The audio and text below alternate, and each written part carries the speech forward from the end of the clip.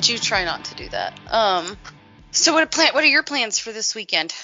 So this weekend, I think we're gonna go to the zoo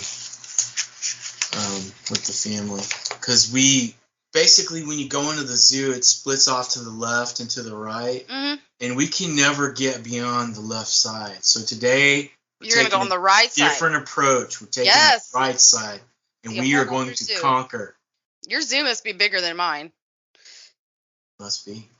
Because they have like a walking thing at mine. You go before it opens. You can walk the whole zoo lap, and it's like a mile or so. Oh. A couple times a week, I'll go do it and do like 2 or 3 laps. It's kind of nice. I get to see the sloth get fed. That's really dope. It is the cutest thing you have ever seen. It just crawls out to the end of its little limb, and then like the zookeeper, like just hand feeds it, and it just slowly reaches out for each piece of fruit. And I was like, that is my spirit animal. No, it's adorable. I want one. You know how I've been working with Randy at RLP Entertainment, and so he's opened records, and he's getting ready to open publishing. So he signed his first artist last night.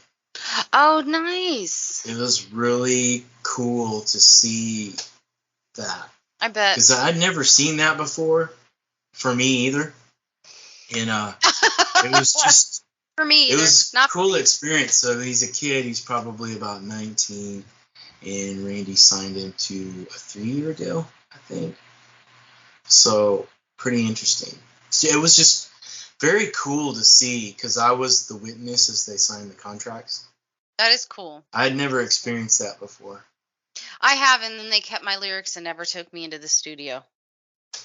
Careful with your contracts, folks. Read the fine print. Not everybody's a Randy. That's true. If you're looking to work with someone, you could give Randy a call. It's That's RLP not right. Entertainment Management. Just look that up, or shoot me a message and I'll send you an email, because he's looking to sign 8 to 10 artists before the end of the year. So yeah, and go over and listen to that interview, and then all the links to his stuff will actually be in the description section as well. And you can download our interview too. That's awesome. So today we have, I don't know if I can pronounce this name. Why can't you just call them the Serpents of P? Oh, I feel like I can do this. Serpents of Pakhangba? I just butchered that. Anyway, it's a really cool guitarist, and very, very talented, based in India. It's a group that combines like world music with rock, with some serious guitar solos. Just unbelievable. They do like a fusion of jazz, folk, rock, and Indian music. It's really cool. It is really cool because you'll hear instruments that you don't normally hear together. Like when I think of a band, I don't think of all the instruments he puts in there. So I can't wait to find out more about how he conceptualizes what he hears and how he uses it. Hello. Good morning, man. How are you doing? I'm good.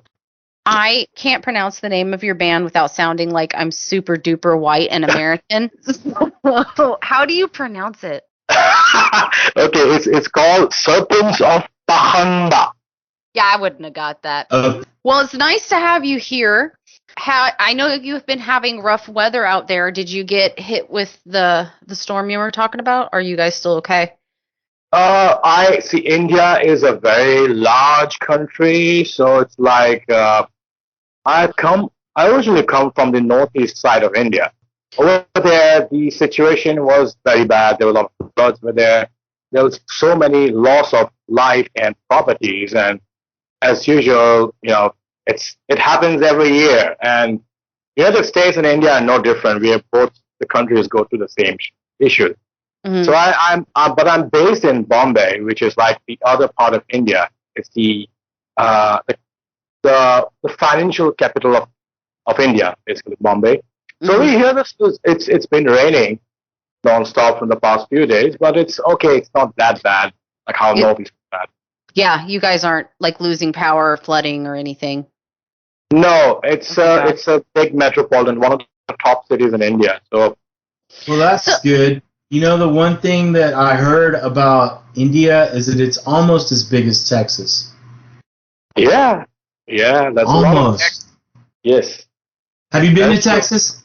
Texas? No, never been to Texas, but I have a bunch of friends from Texas. They came here every time they come to India. They come over and stay at my place, and they kept telling me about things.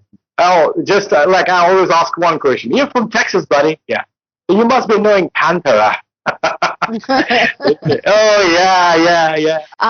So let's go ahead and jump in. So before we launch into the work that you do, you said something that was actually pretty interesting. So you make money writing jingles and like music for documentaries and stuff. How does one get that work?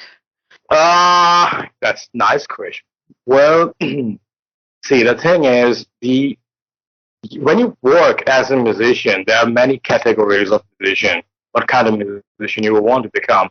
You want to be a touring musician, writing your own songs, playing the songs, recording, getting into a record label deal and touring. I mean, that used to be a popular way of making money back in the 80s and 70s, the 90s, bro. But now things have changed, So when I say compose music for jingles, it means it needs to be technically very good. I mean, you just can't be like they say, musicians all about feeling. It's all about how you feel about music.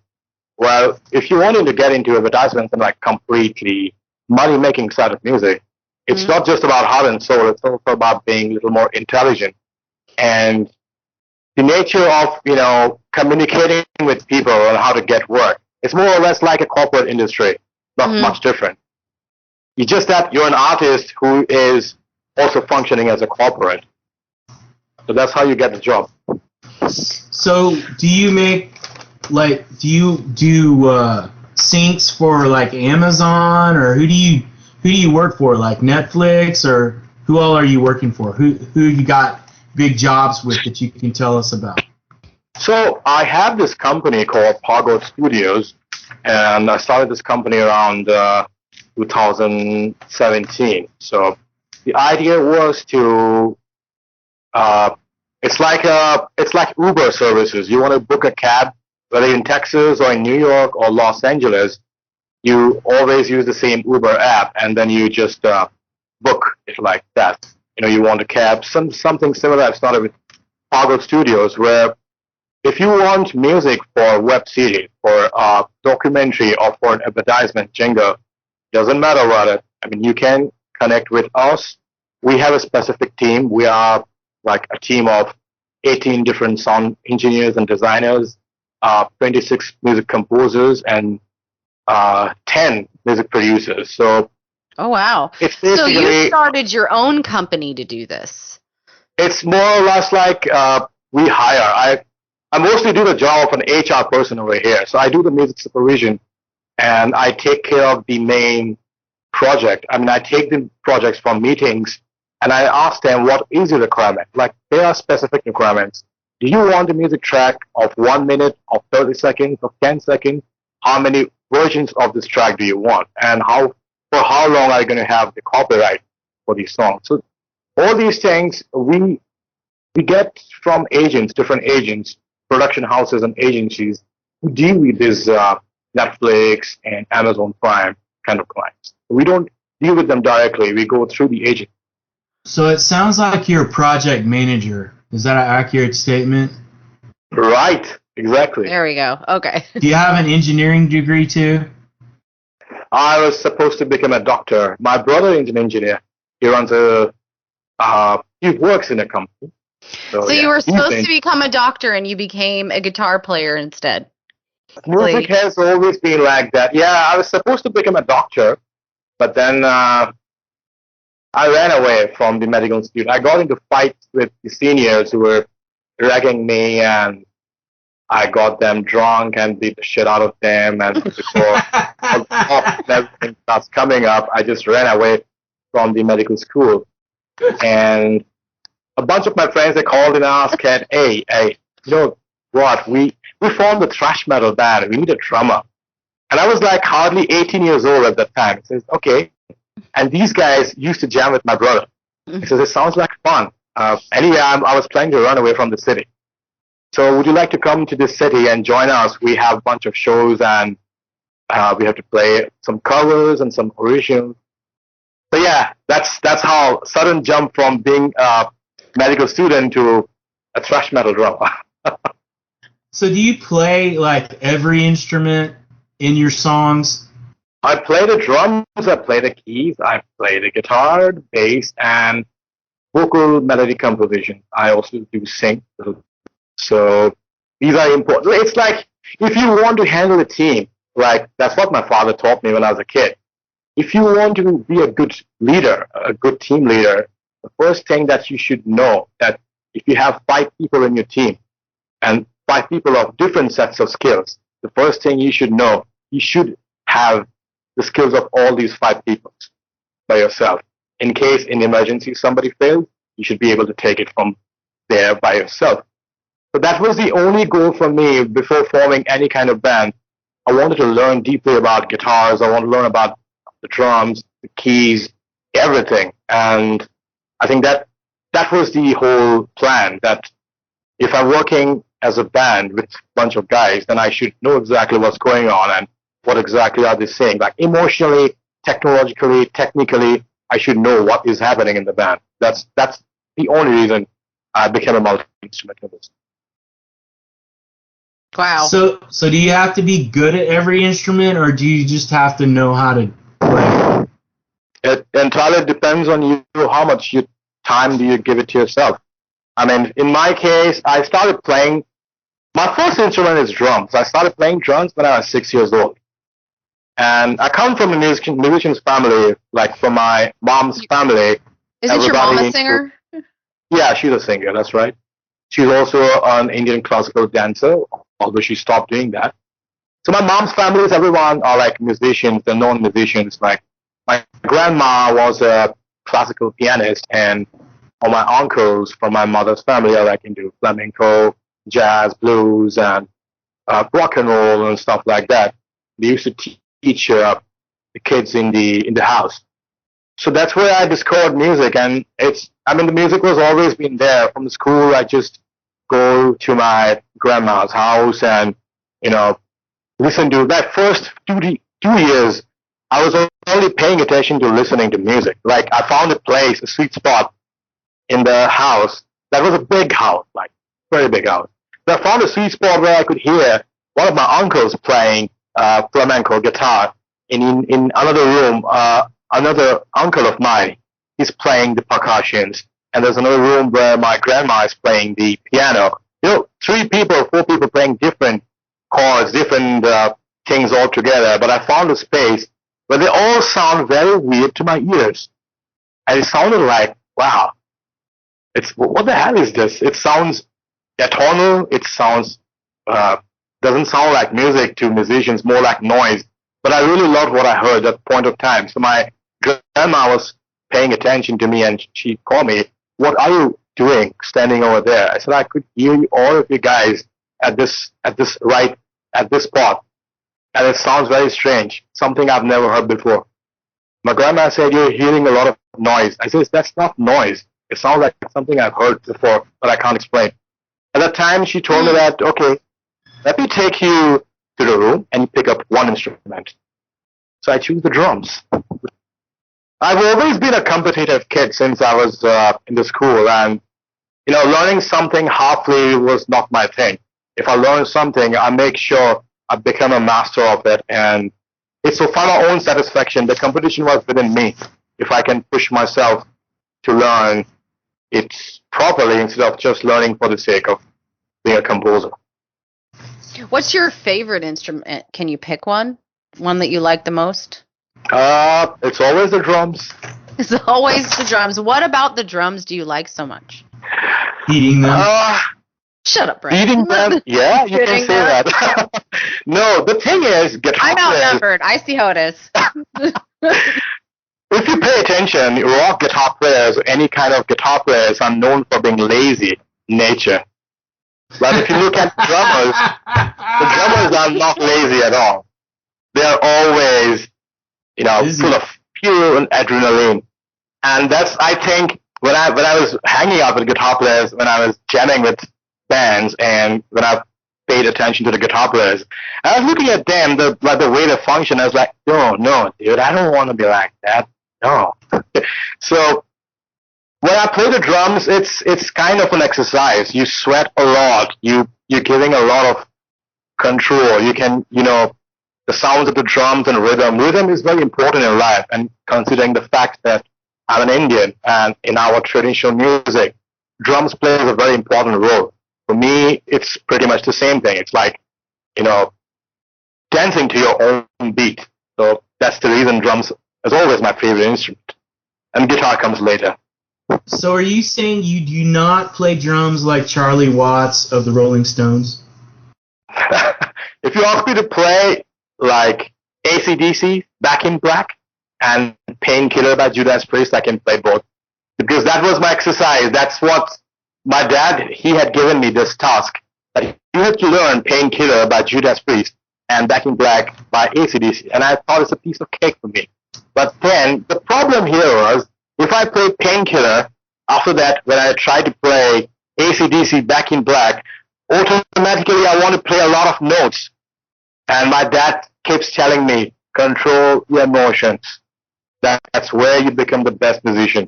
And if I start with Back in Black by AC/DC, then I feel like more control. And when I switch on to Painkiller by Judas Priest, and I feel like I need to push myself to come up to that speed. So that was the biggest lesson for me. You should be able to play when you want to play a lot of notes. But if you don't want to play a lot of notes, you should be able to do that. Yeah. So, yeah. So who's your favorite drummer?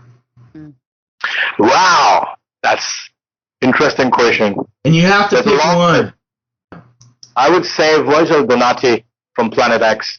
He's one of my favorite drummers because he has control over his emotions when he plays instrument, which is the hardest thing for any musician or artist. Brent, do you have control over your emotions when you play? Sometimes. Brent shows no emotion. He's like full sarcasm all the time. Sometimes I do. Sometimes I don't. Okay. I get excited sometimes, and then it's just a race to the end of the song. See who can finish first. Well, you're getting older, so you should probably stop doing that. That'll be what kills you. No, it's your called... Your dying words are going to be, I made it to the end of the song. No, that's funny. I make jokes when we play. I was like, all right, so we will play some songs very fast, and we need to see who gets to the end first. So that's your job, to call out the winner. So anyway, they all laugh. They all laugh when the crowd laughs. But then I actually call on one of them. How does that go? They choose someone, and I give them a hard time about that. It doesn't really matter who they choose. Let's talk about how Serpents got together. What process there was. Serpents was a jam project when it started back in around 2019. Mm-hmm. The idea was very simple. I wasn't very sure about starting Serpents as a band because it's an interesting story actually. I found this vocalist. She came all the way from UK to India, and she was basically in the same city. And I met her through one of my friends, and it was a party, like people were like just having fun. And this girl was in a corner. She was singing some of the vocal techniques which Mike Patton from Mr. Bongo sings, those kind of vocal techniques. Mm-hmm. And I heard her singing, and she was randomly just singing up just for herself.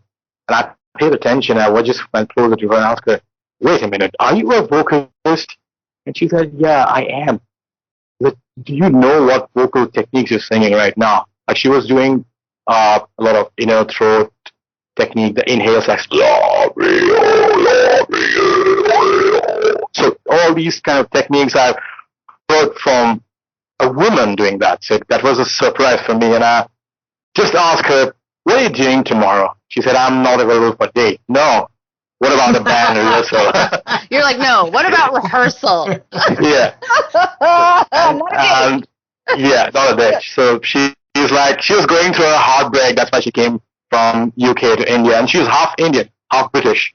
So she said, yeah, sounds like a great idea. But you know what? I got kicked out from 3 bands. And I says, we'll talk about it later.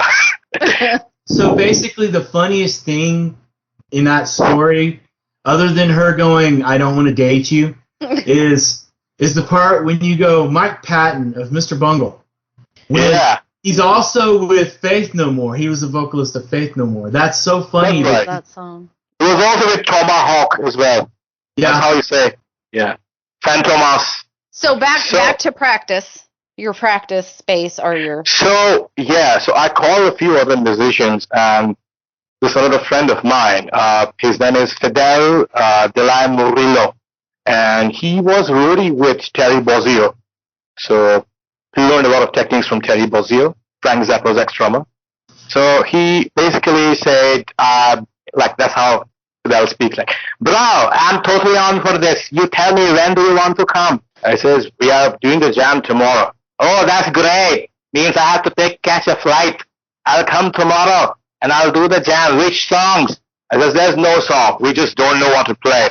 I'm going to put field recorders in the jam room, 4 different field recorders, and we'll keep that thing on record from morning till evening. We're just going to play, sit, talk, play, sit, talk, play, sit, talk. One person has to start with one pattern and the others have to follow. We don't know what's going to happen. We just have to see what happens.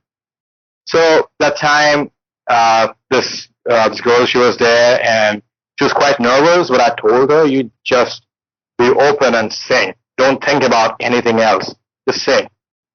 And listen, look at each other, give an eye interaction, ear interaction, follow each other, and improvise. That's it. No repetitions. And then there was bass player called Manas Chaudhary. He was really amazing. One of the top session bass players in Bombay. And then there was one sitar player as well who was playing the guitar, but he was pretty much confused in the entire set. So I was orchestrating the entire jam with hand signs and if I put the hands up, it means the tempo goes up. If I put the hands down, it means the tempo goes down. If I give a stop signal, it means we have to stop. So I was playing the guitar in the rehearsal. And we recorded the entire thing, and by morning 10 a.m. we started, and we got done around in 4 p.m.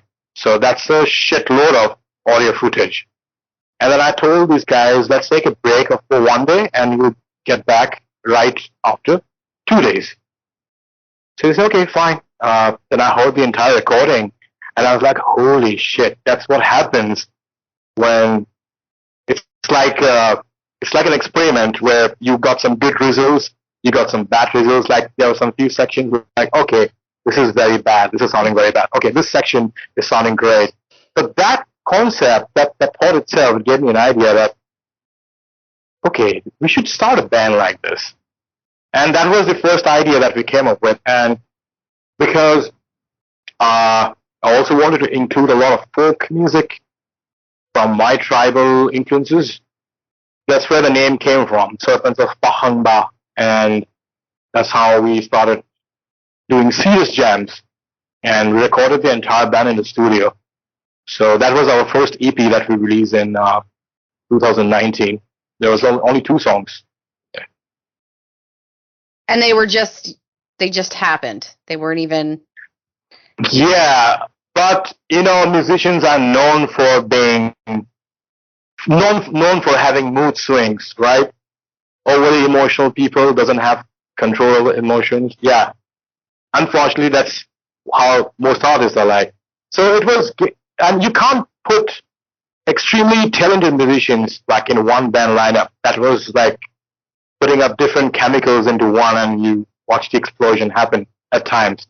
So yeah, it was kind of hard to keep the lineup because everybody has their own ego, and I wouldn't mention the names because personal issues, this and that, visa issues, So yeah, then I decided that it cannot be just a fixed lineup band. It should be a band of different musicians, like for different seasons. It's like first album can have this set of musicians.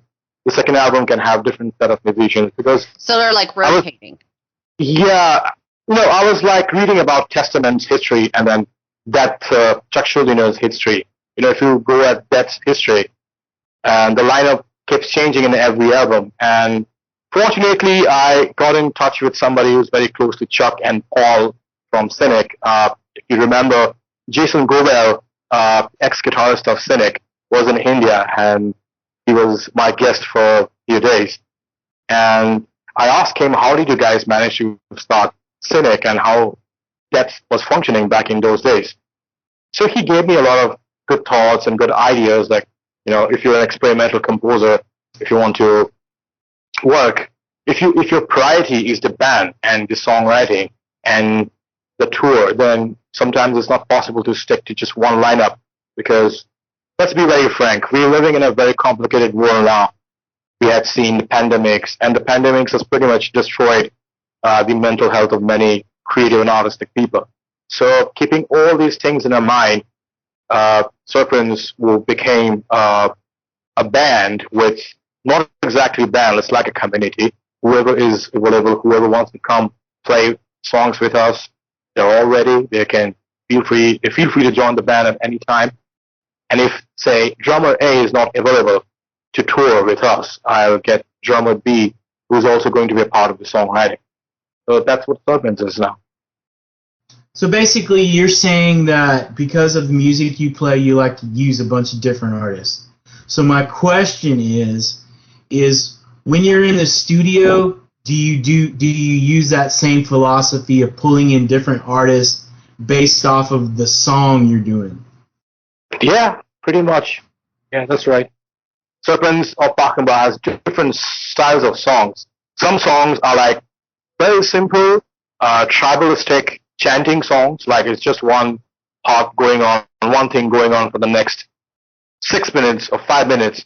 And some songs are very complicated, no repetitions happening, a lot of dissonance going on. So if I have to make a song which is very free jazz oriented, which is very just flying everywhere, a lot of improvisation, I would like to bring my friend Fidel Delan Murillo on the drums because his strength is he's an on-the-spot improviser because he studied Buddy Rich a lot, and his sense of improvisation is great.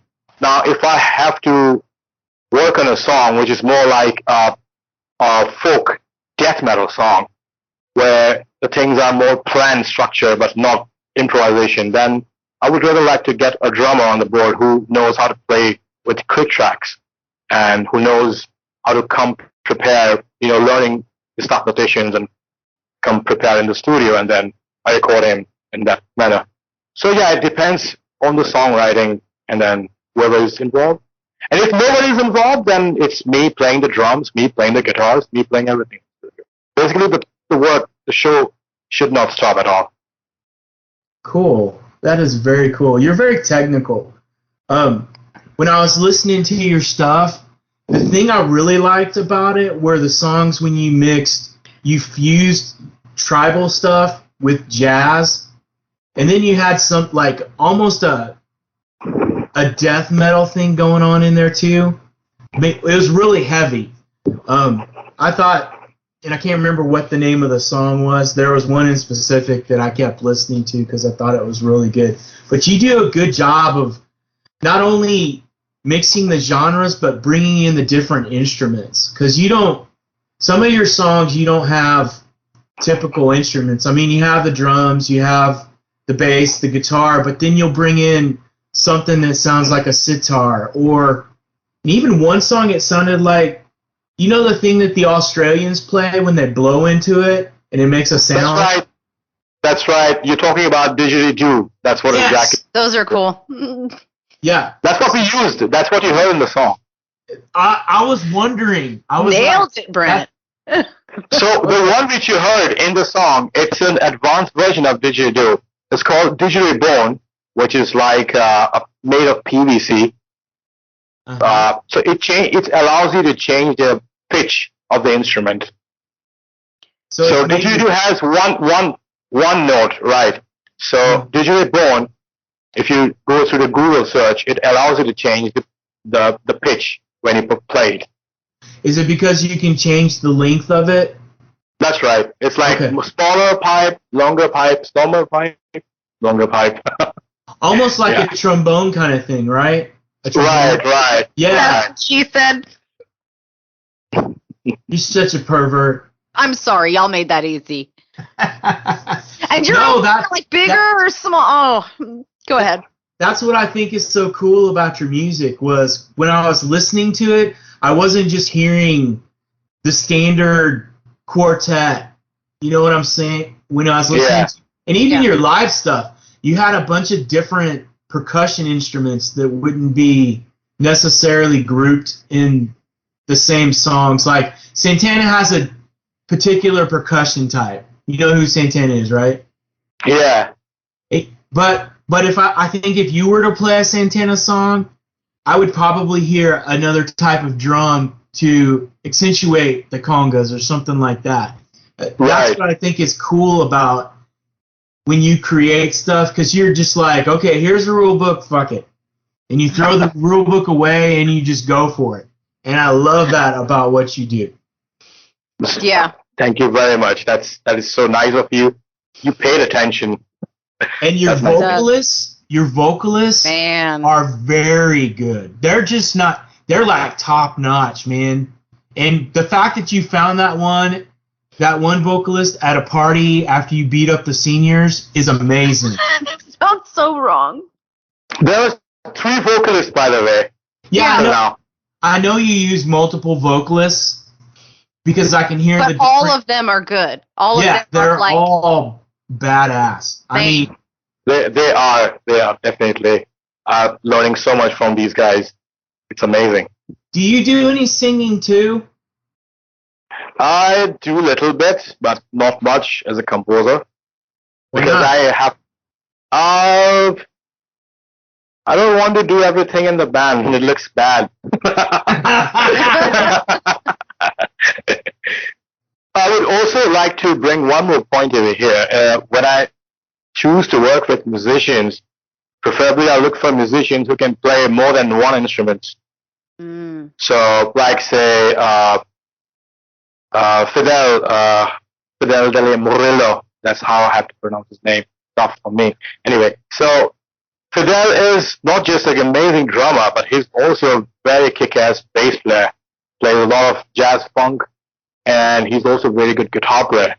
And he's also a very good vocalist.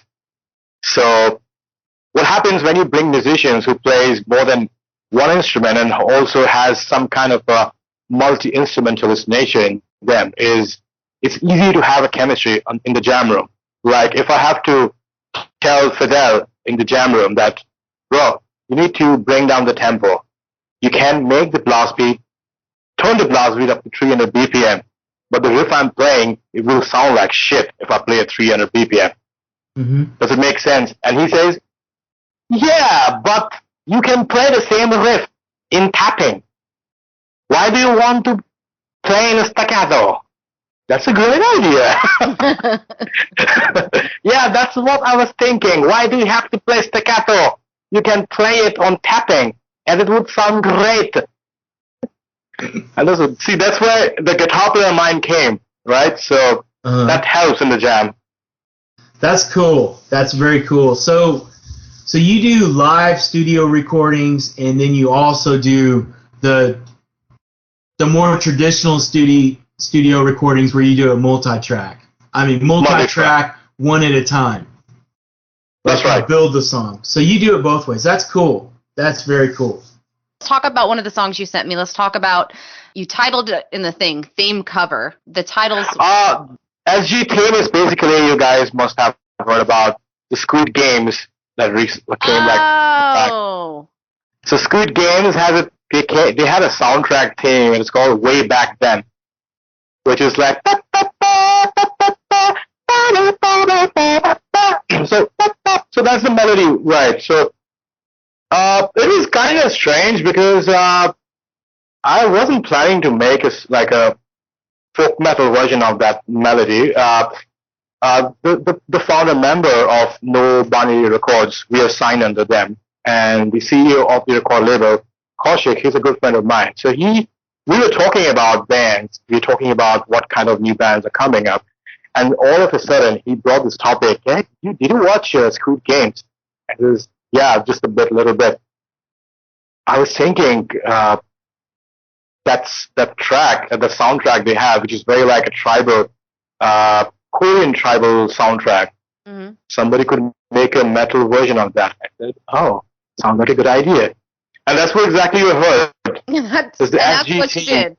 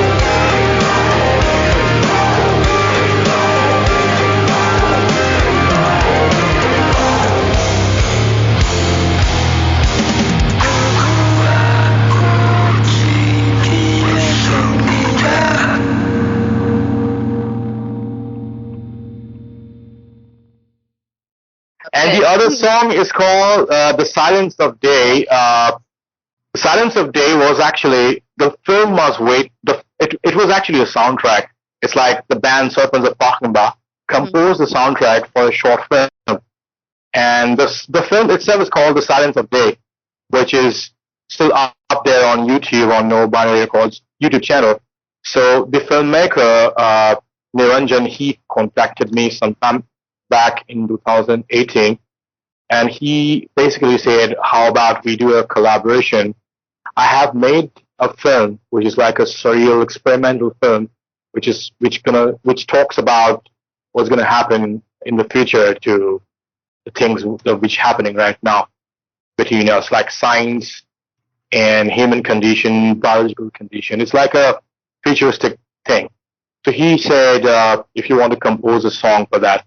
At first he said, if you have any song, I can use that. I said, no, let me compose a song for this. And that time, the song The Silence of Day was composed entirely as a soundtrack following the moving visuals of the film.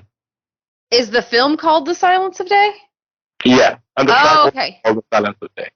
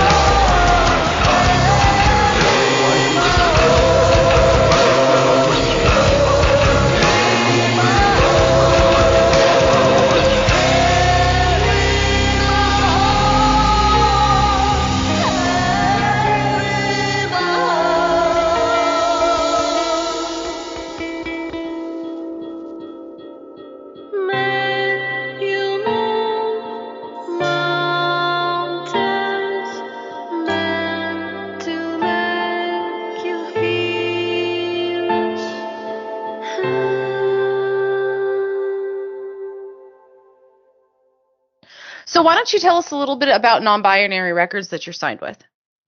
Well, these guys, Non-Binary Records, I think they're quite a new label. They started around 2018, if I'm not wrong.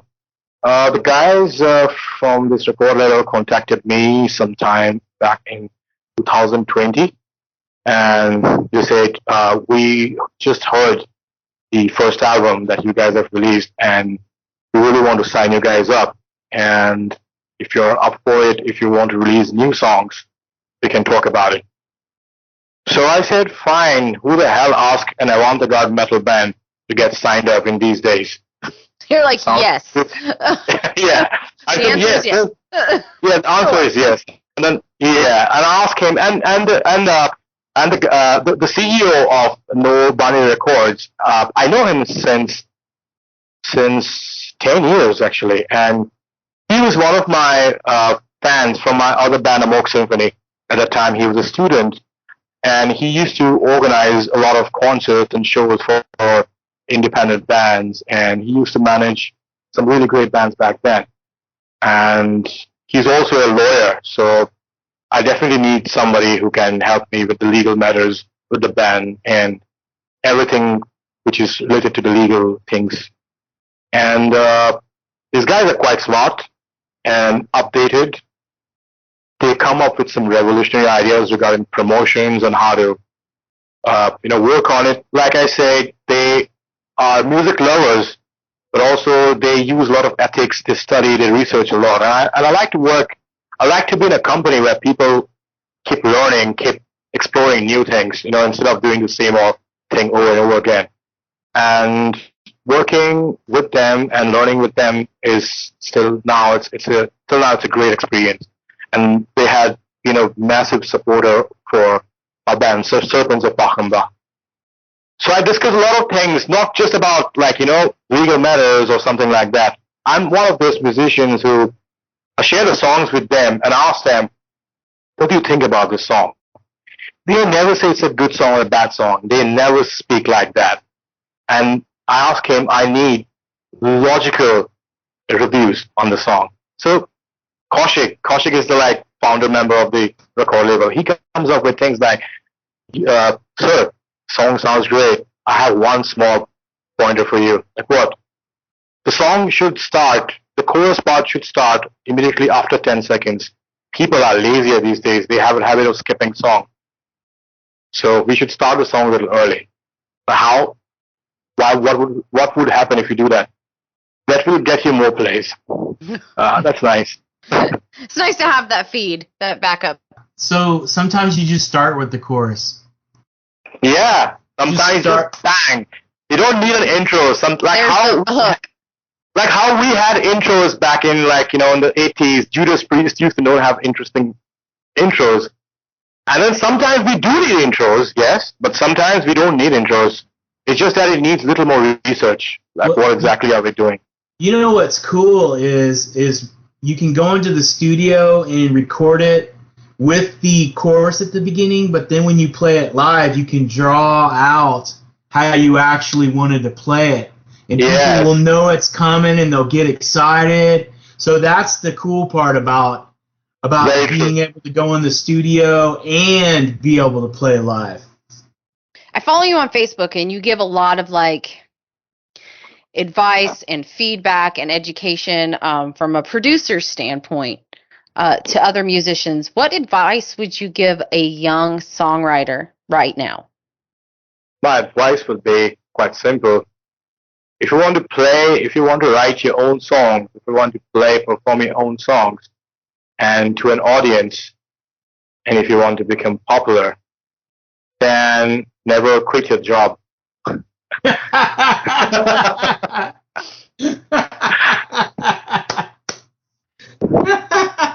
that serious? Never quit your day job. That's what he recommends. Yeah, that's right. So find one you like. Or one that makes you not suicidal, anyway. That's one of the funniest I've ever heard. Don't quit your day job. That's funny. But you actually have a cool job where you actually get to work on music and and find places for music and write stuff for people. So you have a really cool day job when you're not doing HR stuff, right? Yeah. I mean, it was. My dad asked me a question that if you do not want to become a doctor, what do you want to become? I said I want to become a musician, and he said that's a nice thought, but musicians don't survive.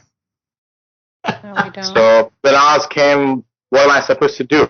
And he said, is music the only thing that you want to do in your life? I said, yeah, Dad, that's what exactly I want to do. And he said, then you need to be the best in this field. Learn everything about, not just about writing songs, learn about music business, learn about how music journalism works, learn about record labels, learn about studios, learn everything. Get into details, know in and out about this whole music thing. Then you can do your thing. You can make money out of it. So that's exactly what I've done. I mean, if you're passionate about doing something and playing music is the only thing, writing music is the only thing that you want to do, then I think nobody can stop you from making money out of it. So don't quit your day job, and if you want to do it, just do it, because if you're passionate enough, you'll figure out how to make money. Right? Well, making money is a different art. Making music is a different art. There's not If you don't know how to make money, if you don't know how to make money, then just stick to your day job. And if you know how to make money, then you can definitely get into music business or whatever you want to do. There you go. All right, everybody, thank you so much for listening to Sound Pollution. We appreciate you. Make sure you're downloading, like, follow, subscribe. Click those links below. Buy the artist music. Show the artist some love. We are still working on the tour. It is ever changing, sometimes for the better, sometimes for the worse. So just hang in there, and we are going to make it happen. And I think that's all I've got. Brent, you got anything to say? I just have one thing to say. Download it. That's what counts. Yeah, we don't always see the Downloading streams. counts. Yeah. So anyway, if you could do that, and also if you comment on our stuff, that's helpful too. Just comment on it, say this, or heart it, like it, share it, love it. But anyway, so thank you for listening with us today and hanging out, and we'll be coming back to you soon. Yes, very soon. We are there. We've got some cool interviews. We've got some great interviews coming up, and we've had some great interviews over the last couple months. So, all right, everybody, we love you. Thank you so much for listening. And don't forget to make some noise.